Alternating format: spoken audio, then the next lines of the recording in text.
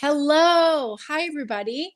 Welcome to our third week, our third installment of Harmony TV. I am Michelle Aspinwall. I am your host slash being interviewed. And this is my assistant, Kristen. Kristen, welcome. Hey, Thank you so everybody. much. Thank you. I always love having you on. You always keep me in focus and in line. And today, ladies, so the first two episodes, if you've never caught us live, the first two episodes were basically my health journey. And also, there needed to be two episodes because it spanned how I began this practice of helping women understand everything about midlife that I can possibly bring to the table, as well as how to age gracefully so that longevity and we all want longevity, but longevity with vitality. So that is what I do in a nutshell. Who I am is my name is Michelle Aspinwall. I'm almost 50. I'm a woman who works with other women in regards to hormones, and I myself am an integrative biohacker, as well as I have a skincare company where I provide high-level luxury products to women who run retreats. So my products are featured in retreats and used in retreats. So that is what I do. And today I'm very excited to be talking about a topic that is very close to my heart because it's the principles, sort of the guiding principle as to how I live my life and the way that I teach and lead other women to very distinctly understand some very specific characteristics around aging. And this is ancestral living. So ancestral living is a total lifestyle. It's a way of understanding how the body works, a way of working with your body, with your stage of life. And it is it's a particular way of understanding how to care for yourself so that you have the most beautiful life, the most vibrant life, and a long, engaged life with yourself, the people in your life, and some sort of higher power up above all around.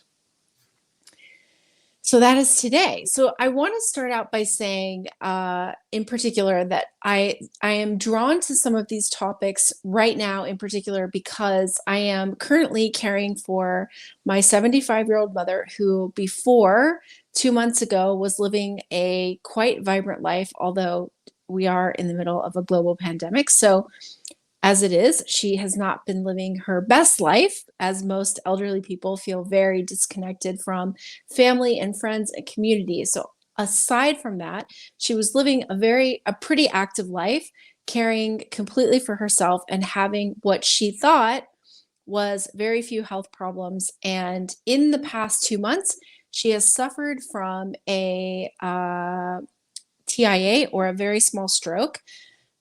In my opinion, there is no such thing as a small stroke, but in her, she's very lucky in that she had no permanent damage, neurological or otherwise, physical.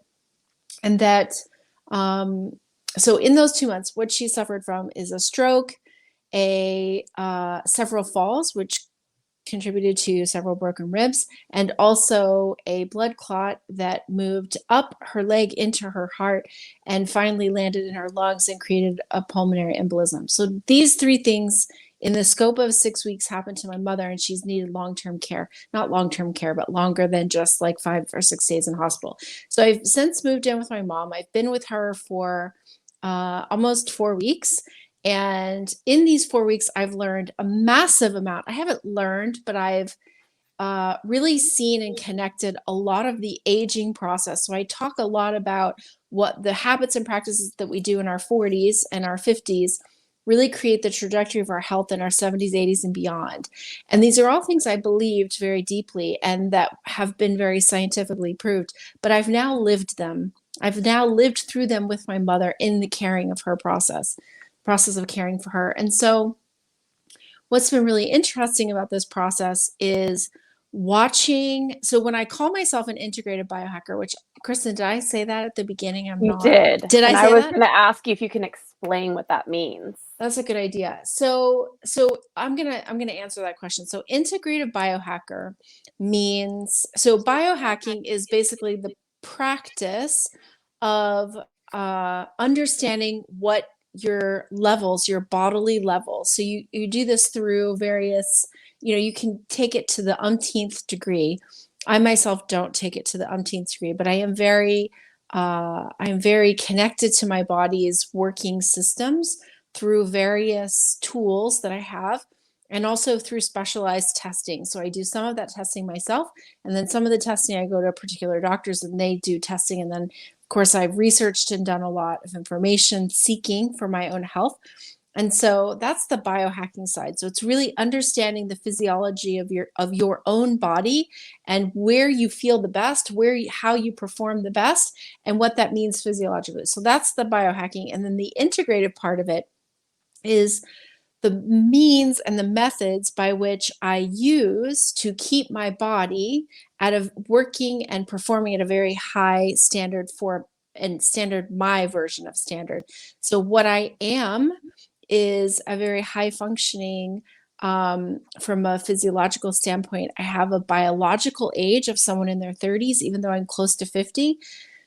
But what I don't use biohacking for is I'm not one of those people who does like triathlons and crazy athletic kind of push the confines of the human body for whatever you're trying to do. So I don't use biohacking in that standpoint.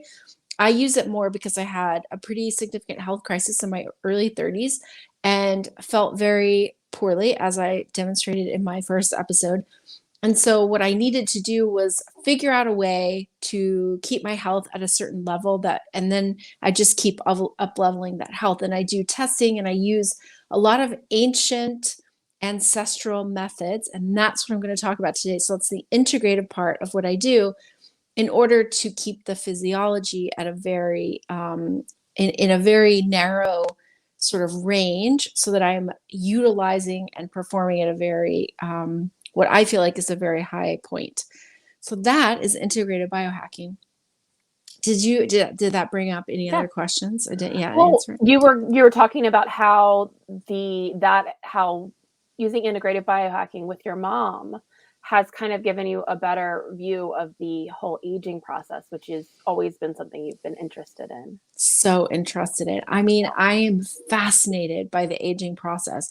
And part of that is obviously because I'm about to turn 50. And, I do love the concept of like saying that I'm going to live for another 50 years. The reality of that is, who knows, right? We're never promised another day. So of course I'm very appreciative every morning that I wake up in my bed alive. But my goal is to live. So this is my sort of inner personal goal, which is to live a really informed, really dynamic, really vibrant life up to the last couple of days on this planet. That's my internal goal. That's the thing that is really important to me. What I am wanting to do is have a life that doesn't include hospitals and medications and procedures and all the things, the very invasive things that are uncomfortable and for me quite unpleasant for between 5 to 10 years, but up until death, which is very common in the Western world. So that's what I'm trying to change. I'm trying to change that trajectory of what it looks like to age. And I'm doing that, and I've begun that process in my 40s, and it's getting better and stronger and more informed and more interesting as I age, which is also a very beautiful and powerful point, that we don't actually get worse with age. We become more informed. We become much more intuitive, I believe. That's been my experience. And that intuition helps guide me through making the most informed decisions about my health, about where I look for information, about the team of people that are part of the ones that keep me at this peak level. I don't do this on my own. I have a team, as I believe most women should have. That team, at the very least, should include a very good dentist, a very good and very informed and up-to-date gynecologist, as well as an acupuncturist, and finally a very high level, either functional medicine or a primary care physician who is very up on current cutting edge science. Because if they are not keeping up with science, then they're not able to really give you the information and the guidance when things do come up, because science is moving at an incredibly fast rate. And I think it's always very interesting. Kristen's got these amazing dogs, and they love to bark when I talk. It's They like a do. They just thing. love the sound of your voice, I I know, think. I know something about it. So what I've learned, and I'm getting to that question you asked me, what I've learned about living and working with my mom. So my mom, I came and moved in with my mom for what we thought would be 2 weeks, 2 to 3 weeks, and it's going to turn out to be probably around 4, because what I learned in getting here is that she was actually having quite a few symptoms that she wasn't aware of when I got here. And so once I started putting all the information together, both from my mom's past blood work as well as just information that I know about the aging process, I recognized and realized that she needed a few other healers in the mix and doctors in the mix to help her start functioning at a much higher rate than she had been functioning, which was pretty high to begin with.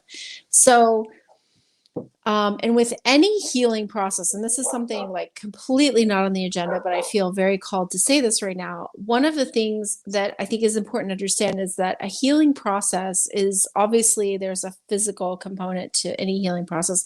There's also an energetic component, and that has been one of the most profound elements that I've learned about the aging process is the energetic component. We're made of energy.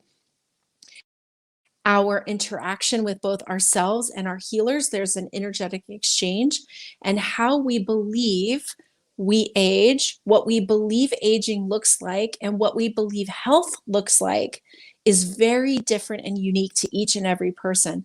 And the interesting thing that I saw was I wasn't when my mom first started having her problems, I wasn't up here.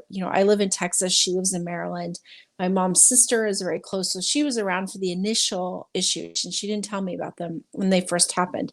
She was sort of she's very stoic, and she wanted to do it on her own. So she did the first event on her own. And what I learned in being up here with her about the aging process is you have to know what to tell your doctors in order to get the information and get sort of the whole picture together at once. And you get some of this information from some of the ancestral living, the ancestral lifestyle that I'm going to talk about in a minute. And so the aging process, what I've learned about the aging process and being here with my mom, I'm learning about my own mortality and how I believe aging looks like. And so what's been a really interesting eye opener for me is to flip a story in my head about the fear of aging, which we all have. I mean, we all have, because on the other side of aging is death, and death is inevitable. It's like the one thing we can count on in this life. And what's interesting is when I really began to stop fearing death, when I understood life, when I understood how to live in a very, very connected way to my own life. And now I understand death even more through this connection with my mom about her healing journey and her process, and how to view.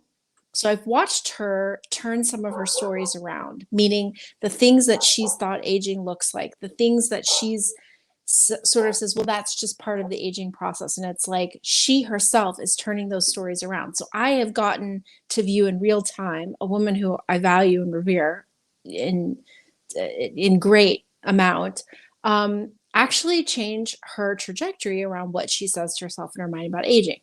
So that's what I would say is one of the greatest things. And the next greatest thing I've learned about aging in this process, and then I'll wrap up this answer to this question, is there are a few really specific markers that I've always known are important. These are things I've always made very important in my own life and in my client's life. But now that I've seen my mother and her process, her healing journey, I am going to talk about these things for the rest of my life. I'm going to make sure that if you are a woman and you are in my world, that you know and understand how to prevent certain major health crises. And the number one crisis going on for women right now is heart disease. It is the number one killer of women, above cancer, above Alzheimer's and dementia. Heart disease is the number one killer. So that's what I want to say about the aging process. Let's prevent it. Let's change this. Let's change women's health forever, ladies. One woman at a time.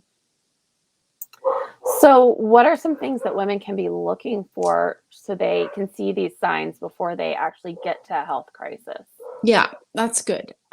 So the first thing I would say about heart disease is, and this was something Kristen and I had a really interesting conversation earlier when we were planning this out. Kristen herself is quite knowledgeable in physiology, biology, all things ology, and we were having this conversation about testing and about science in general, and how very centered around men, and especially younger men. And a lot of the data, a lot of the information that we have is centered around men, and men work differently than women. Men's bodies, men's hormones, and also the signs and symptoms of heart disease for men are and can be different in men than in women. And that was a really great point, Kristen. And I want to say that some of the things that are enormously important to recognize is when you are younger.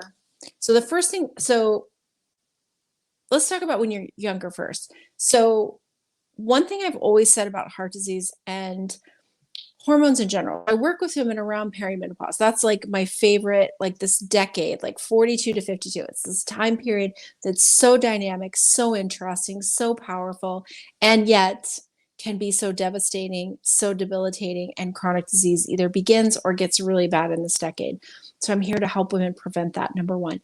But what I want to say about this decade is what you learn and what you do about your body in this decade really does set the tone for the next 20, 30, 40, 50 years of your life, without a doubt. So one of the markers, first and foremost, that I noticed within all of my clients, within myself, and especially within my mother, is blood sugar dysregulation is a massive, massive problem with women. There are two different ways to test this, and they test it very differently. The one that is way more common, and actually the number is more helpful because it directly relates to your glucose in your blood, is your A1C. Now, ladies, if you have not ever seen your blood work, if you go to your doctor and you just ask that, you just wait for your doctor to tell you all the information, I would like to encourage you to always get a printout of your blood work. You should always, always, always have your blood work, your standard yearly blood work. That is a very standard. Your doctor does basically all the same tests, give or take, depending on your past medical history. But your A1C level is a very common level, and there are ideal ranges, and then there are broader ranges, and then there are diabetic ranges. So your A1C level tests your blood glucose in particular in the past 3 months. So it doesn't give you a long-term version of what's been going on. It gives you a short version, but it gives you a very accurate version of what's happening in your blood in particular. And so what's important to understand is there's a really good range, which is between 5 and 5.5, 5.6. That's like a really strong range. There's a broader range where doctors usually don't say anything between 5 and 6, okay? And then there's the pre-diabetic range, which is supposedly 5.8 to 6.2. Now, the difference between a 6 and a 6.2 doesn't sound like very much. It's a massive difference based on how your body looks, how your body feels, and how your body's functioning. And anything above 6.2, you're getting very dangerously close to diabetes. Now, a lot of people are not going to be put on medication until they're in the high 6s or low 7s. But the difference, moving that A1C level 1/10 of a point is a massive deal. And it usually takes at least a month to do that, depending on your body. So you can see why knowing when you're in the high 5s versus the low 6s, mid 6s, high 6s, the sooner you know, the less detrimental it is to your health, and the faster you will be able to change your physiology. So understanding that A1C level, knowing your level, understanding how important it is, and then knowing what to do to change it, which we can't get into today, that would be a whole show in and of itself, is really important. So that is the first thing. The second level that is really important is your triglyceride. So that's one of the 3 levels that is checked with cholesterol. Now, I don't put a lot of faith in cholesterol levels because cholesterol happens in the liver. We don't actually get high cholesterol from eating fat. It's a liver issue. And understanding what the liver does, understanding how to heal the liver, understanding what to do to help yourself is again, yet another conversation in and of itself. But what you should know is that if you particularly have a higher triglyceride level than the others, that's another indication that your diet and lifestyle is hurting you. And yes, I'm going to say the words hurting you. I'm usually a upbeat, kind of positive person, but I'm in this stage of life where I really need women to understand the importance. And then there's a couple other things, but I'm going to leave it there because I think those are the 2 easiest, and they're the 2 that you can find very simply because A1C and triglycerides are very easy and they don't depend on anything else. The last thing I'm going to say is if you are a woman that has gut issues. Now, what are gut issues? Let's talk about gut issues. If you do not have a bowel movement on a daily basis, not a sexy topic, but an absolutely integral topic, we have to talk about this. If you are not eliminating every single day, at least once a day, preferably twice a day, you have gut dysbiosis. Whether it is that you don't have enzymatic activity, whether you're not eating enough fiber, whether you're dehydrated, there's a lot of things and factors, hormone dysregulation, there's a lot of things. If you're not eliminating, that is a massive, massive issue that you need to address immediately for a whole host of things. Least of which you're going to feel better. You're going to feel emptier. You're going to feel less bloated. You're going to feel more present in your body, and you're going to look better. Your skin is going to look better. You're going to look vibrant. You're going to look healthy, and you're going to have a really positive outlook on life because when our gut is not bloated and inflamed, we feel better because our gut is connected to our brain via the vagus nerve. All right, so gut dysbiosis is huge, especially for heart disease. That is one of the ailments that a lot of women who have diagnoses of cancer like 5 to 10 years later, if you look back at some of their symptoms earlier in life, gut dysbiosis, gut issues is one of the precursors to some of the more intense chronic or cancer issues that we have. Another thing is swelling, retention of fluid, thick ankles, places where fluids aren't meant to accumulate. We're not meant to be inflamed, thick, and puffy. That is a symptom. It's a symptom for a lot of different things, but the kidneys are the organ that are energetically responsible for the movement of fluids. So you want to make sure that keeping our kidneys very clean and very clear is very important, of course. So that's another one. And then, Kristen, you asked me a good question about other unusual signs and symptoms of heart disease, right? Wasn't that one of you? Yeah, before we get into that, though, we have a question from Renee. She's asking, what if you're going too many times a day? What if you're having too many bowel movements a day? Okay, so that's the other side of the coin. So there is a range of what a bowel movement looks like. A bowel movement should be brown, long, and sink. Those are the 3 keys of a good solid bowel movement. If you're going the other direction, that is also symptomatic of a couple of different things. It could be symptomatic of your body fighting an infection. That could be that you have some sort of food intolerance. It could be that you are you have a nutrient deficiency. Yeah, I couldn't think of deficiency for a minute. There's a nutrient deficiency, and it also could be that you're not getting enough fiber. So any of those things, it could be. If that's something, hopefully that's helpful. Thank you for that question. That's great. I love that someone's watching live. That's Yeah. amazing. Hello, welcome. Wonderful, amazing. Now, obviously, one of those really common chest pain, obviously, is really common. So, usually, you're not going to get the chest pain unless you're fully into like serious, having full on heart attack or heart issue. One of the things that I found really interesting is pain in the neck or the throat or the jaw. So this is a very common symptom. And so we haven't really talked about ancestral healing, but I No. do want to bring in the fact of how important the mouth, your teeth, the quality of care in the mouth is essential.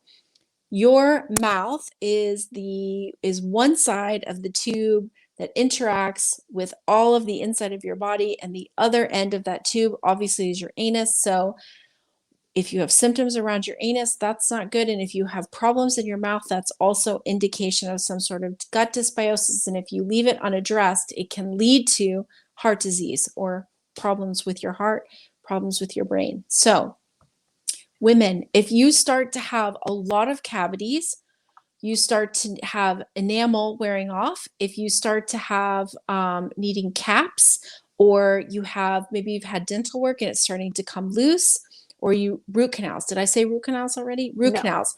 These are all indications of bacteria, of some sort of dysbiosis, bacterial sort of issue in your mouth, and you need to address that immediately. Immediately.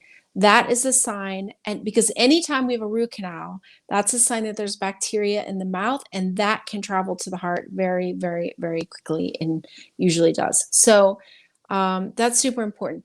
Like I talked about gut dysbiosis. So any kind of abdominal pain, you always want to get pain checked out.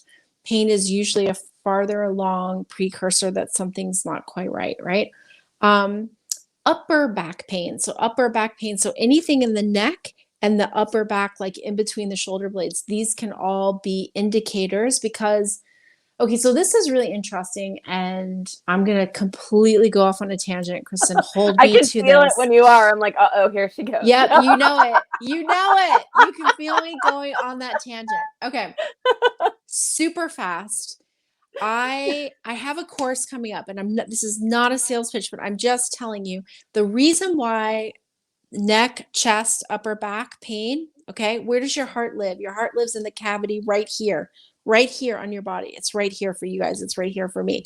So this is your heart chakra.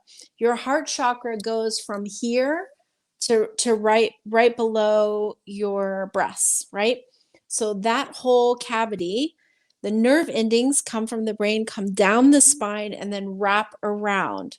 This is your whole nervous system, how it interacts, your energetic system, your heart system, your chakra. It all interacts together. And so when there are blockages, for example, women who usually have thyroid disease generally have disc issues in that particular area. If you have thyroid issues, you're usually someone who's either had some sort of trauma in your childhood where you've been silenced, or you've been sort of felt like you couldn't speak, or you couldn't tell the truth, or you couldn't be vocal about something. And then it goes into adulthood, the trauma, it's unworked trauma, right? And then you start to have degenerative issues in your spine because those nerve endings there's blockage. There can be energetic blockage, or there can be physical blockage with, some sort of like nodules or whatever. Anyway, we're not getting into the thyroid today. It's yet again a whole other conversation. But I want to stress that understanding the nervous system, the chakra system, and the organ systems, and how they all work together energetically, emotionally, and physically is of paramount importance. Like if you're really into healing some aspect of your body, or God forbid, you want to just biohack and do all the things, understanding these systems is really important. So that was my tangent. The last thing I want to say is any kind of fatigue, any kind of shallow breath, any kind of just general malaise or weakness, that's always something to get checked out. It's generally has to do with blockages in the body, and the body not feeling nutritionally supported, physically supported, like moving through time and space, or energetically, did I say, I think I said Mhm. energetically, nutritionally not supported. Okay. So that is, I feel like that wraps up. Does that kind of Yeah, wrap up the heart? I feel like it does, right? it does.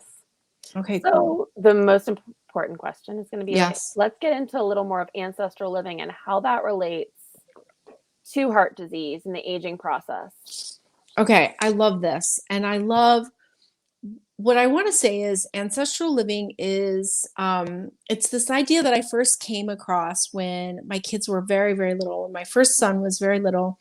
So I was like 7-month old and pregnant with my second. So I was getting very into reading about sort of homesteading and people. I mean, it's kind of comical because I lived in New York City, an apartment. I had zero ground and I was reading about homesteading. But it was very interesting to me, this concept of homesteading, this concept of living as close to the land and as natural lifestyle as possible. So you have to understand that's like I had just gotten pregnant. I just had my first child. Like I was starting to feel really amazing for the first time in like 10 years of my life. And I just wanted to keep this going, right? And I wanted to support my baby and my family in all the ways possible. So I came across this dentist called Weston A. Price, and he was a dentist who I can't remember his exact lifespan, but he was the majority of his work, the really pinnacle part of his work, was created in the early 1900s, so the teens, 20s, and 30s.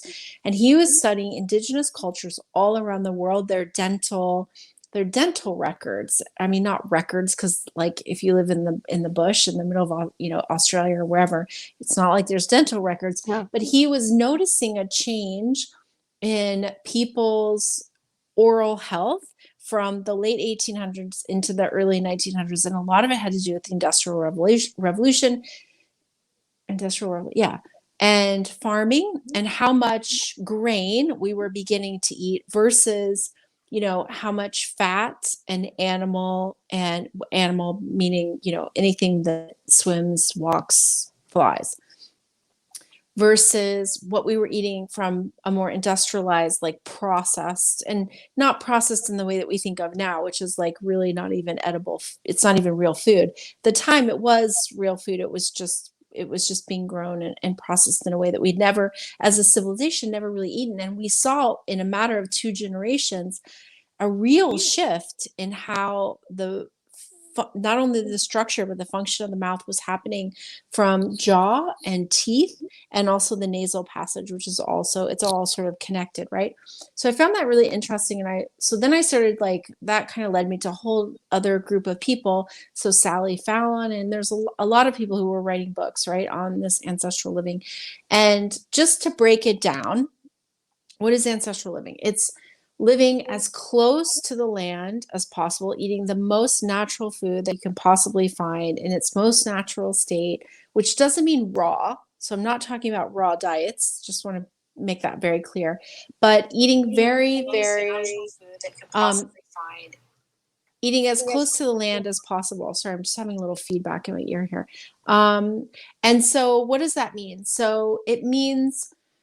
So it's a food situation. It's the way that you move your body. So it's also your connection to the natural world. So you're eating as natural as possible. You're sleeping in the most natural way, which doesn't mean on the ground, but rather you're going to bed as close to the sun going down, like sometime around the sun going down, and waking with the sun rise. So that's not as, I mean, for me, I'm not really doing that now. I was doing that when my babies were little and they were waking up very early. I was like going to bed early and waking up early. And now we are all kind of shifting into a more modern lifestyle, which is like, waking at 6 or 7, which is, an hour to hour and a half after the sun has risen, and going to bed somewhere between like 9 and 10:30, which sometimes is an hour after the sun sets, or it could be, many hours depending on the season.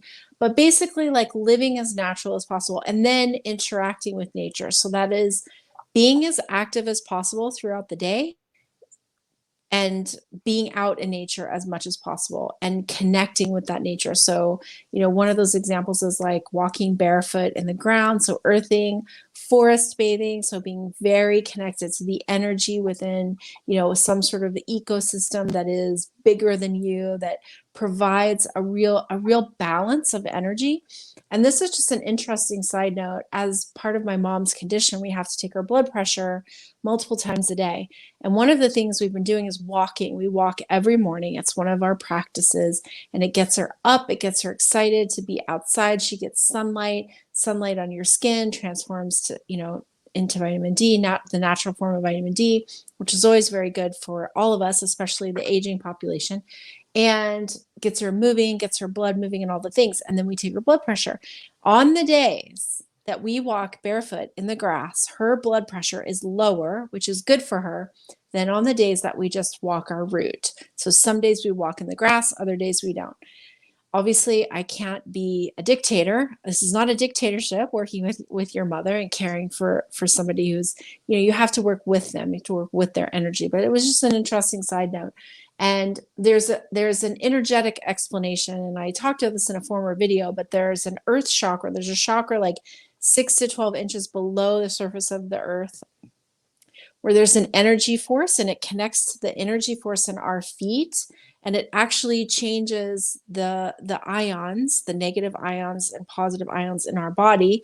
And it actually centers us, it grounds us, it calms us, it soothes us, and it takes the energy that we don't want, we don't need, we shouldn't hold on to. It can take a lot of things and pull it back into the earth, and the earth recycles that energy and, creates. It's a beautiful creation theory. So that's another part of ancestral living. So the idea around ancestral living is like so there's different elements, right? There's your own health profile, there's your age, there's your ancestry. So these are all the things that I take into account, right? So like I know my own elements of how I live, but it's very different than, say, someone who lives in Iceland. Like they would have different practices, they have a different climate. Whether you're male or female, whatever stage of life you're in, whether you're 17, 9, 44, 72, like all these different stages, they act and need and call on the vessel differently, right? I said gender, stage of life, and then of course geography, where you live. So all of these things have, they create the boundaries, right? Or they create the situation from which this ancestral living. So we talked about, so there's the nutrition, there's living and being part of nature. And then the last bit is kind of like how you interact with your life purpose and being connected to some kind of higher power. Now, that can be a religious situation, that can be a spiritual situation, that can be something in between, some sort of witchy, moon, astral, who knows, otherworldly. But there's something bigger that you connect with. And then on that same trajectory, so that's the yang, and the yin of that is like having a close connected community of people. That can be 2 or 3 or 15, but some group of people that get you, understand you, and that would be there for you. So that could be family, it could be friends, it could be some combination. But this is ancestral living in its most basic and simple and principle way of living. And it's the way of living that I've created pretty much since before my kids were born. So I was like in my mid-30s when I sort of came upon this, and have been studying it and making it more of my own practice ever since. And I have to say, it's served me quite well. I'm quite invested in it. So would you have any suggestions if people feel like they're completely disconnected and they want to start living this way? What are some good ways for them to get started that aren't overwhelming? Yeah. Kind of, I mean, I know that's a lot of what you've been doing with your mom. So Yeah, definitely. I would say in each of those sections, in those 3 sections, the first thing I would do is pick a meal in your life, one meal, and evaluate how you eat in terms of like what you eat, the quantity you eat, and the quality of the food, and up level it in some way. So whether it's cooking it from scratch, whether it's, crowding in more vegetables and more fruits and more healthy fats and a little more protein, and sort of crowding out those simple carbohydrates that taste really good going down, but really nutritionally, they are deficient nutritionally, and they just spike our blood sugar, which is that thing I was talking about earlier. Pick one meal and then get it, like nail it. And then once you get that meal, take another meal, depending if you eat 2 or 3 meals a day, like really start to up level your food in the most profound way, whether that means growing some of your food, whether that means shopping at a farmer's market, whether that means looking at some of the food that you are eating. How can you crowd out some of the processed, anything that comes in a box or a bag or plastic?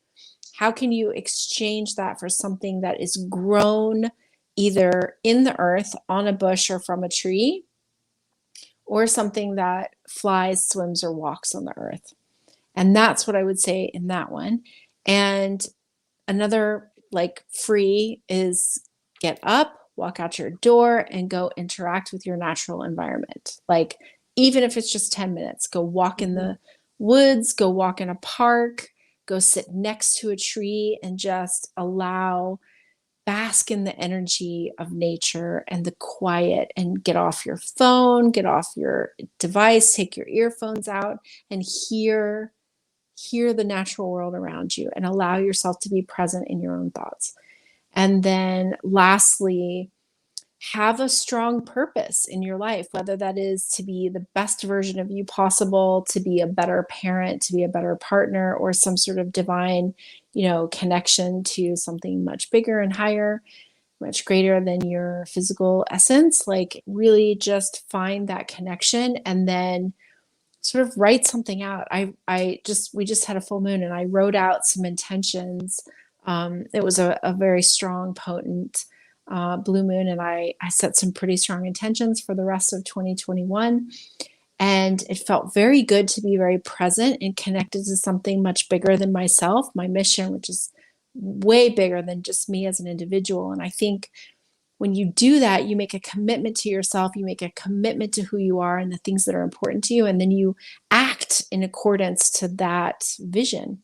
And I think when we're connected that way to ourselves and to something bigger than us, we really show up differently in the world. We have empathy in a way that maybe we wouldn't otherwise, or we listen a little bit more intently, or we get very quiet and listen to our own inner compass, which is something I listen to very intently to myself. So that is what I would say. That was a great question, I think, to end on.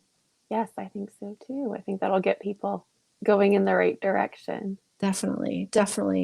All right. Well, everybody, thank you for listening. As always, you've just witnessed round 3 or episode 3 of Harmony TV. This is my contribution to those not on social media, those who are wanting to, be more present in their midlife, wanting to understand what this whole stage of life feels like, what it is. We have conversations here around all things, the female, the body, the life, the age, beauty, all the things, all around. So thank you guys. This is a weekly situation, and we will be back next week for another episode of Harmony TV.